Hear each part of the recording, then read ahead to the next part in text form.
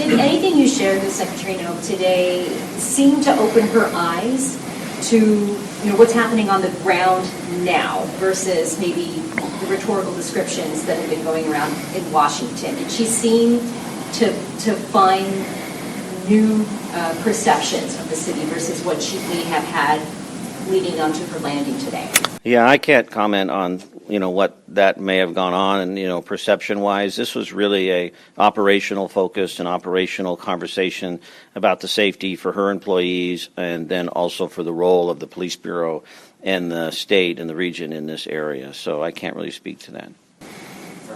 So you mentioned that you had conversations about what things might look like and how change might be sparked to maybe bring people together, especially down at the South Waterfront where things have been contentious over the last few days at least, and over the summer. What does that look like? What are some things that you guys are looking into to really help maybe calm people down and get things back on track? Yeah, I mean, it really varies. My hope would be that we could have a community-led conversation about how we want to continue to express our First Amendment rights.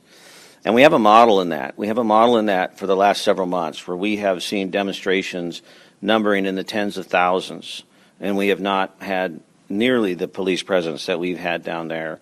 So I would really love to see a community-led conversation around safety and public order.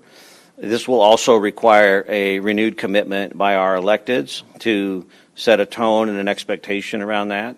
And then I would anticipate us to continue to focus on ways to limit the violence and vandalism.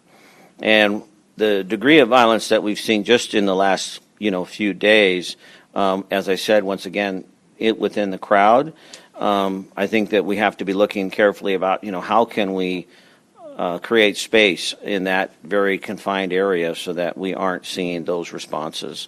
All of that's on the table. Victor Zaim, and then we'll call.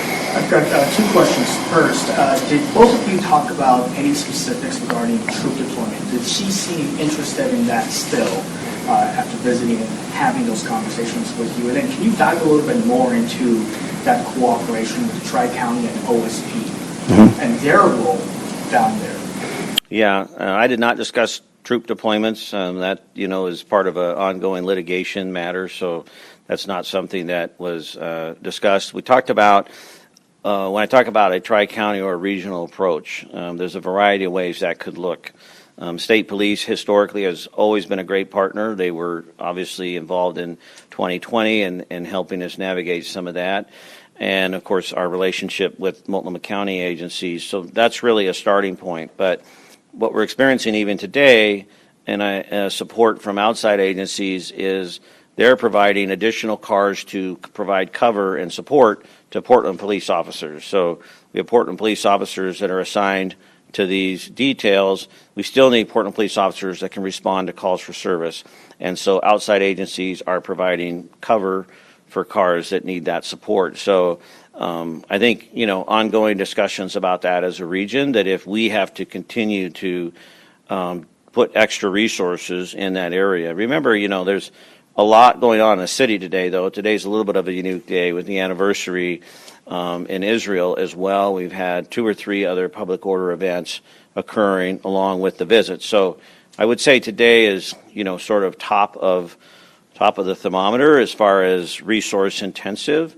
My hope is that after the Secretary's visit's over, that we will have a little bit of a roadmap and an ability, both knowing what her expectations are, the mayor and the governor have a conversation with the superintendent, and then be able to put some plans in action. Chief, this is more of a logistical question. You had talked about the Secretary's visit, and the area in the South Waterfront is still cordoning off the vehicle and pedestrian traffic. Is the Secretary expected to return tonight? Or reporters on the ground have heard that from officers on the scene, and how long do you expect the Bureau to keep that area cordoned off? All of that's operational, Zaim. I can't comment on it. I'm not aware of the Secretary's intent in that regard, but I certainly can't comment on it, and she can change that at a moment's notice.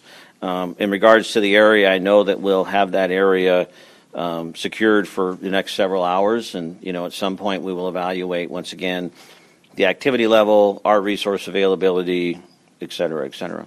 Last question, Kat. Yeah, so Chief, the Portland Police Bureau has been historically kind of hands-off on its approach when it comes to policing, specifically around the ICE facility. What part of PPB's involvement, in what's happening on the South Waterfront will change now after your meeting with the Secretary? Yeah, well, I'd like to correct. I don't believe we've been hands-off necessarily. We've made almost 40 arrests since June, so we have been present, we have been engaged.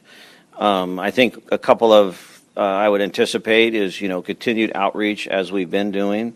I would like to see the, potential of increased amount of police presence. We've been trying to coordinate that with the federal response because we have differing policies and differing expectations around procedures, so we have to work more closely with them, and I have had those conversations as a result of that today. And then I think we have to look at, the space itself and the uniqueness of that location and really prioritize safety first, and then from there look at all of the other components, whether it be free speech, whether it be ingress and egress from the facility, whether it be traffic patterns or whatever it might be. We're going to be driven by a key desire and value that we have a responsibility to provide that safety for everyone in the South Waterfront.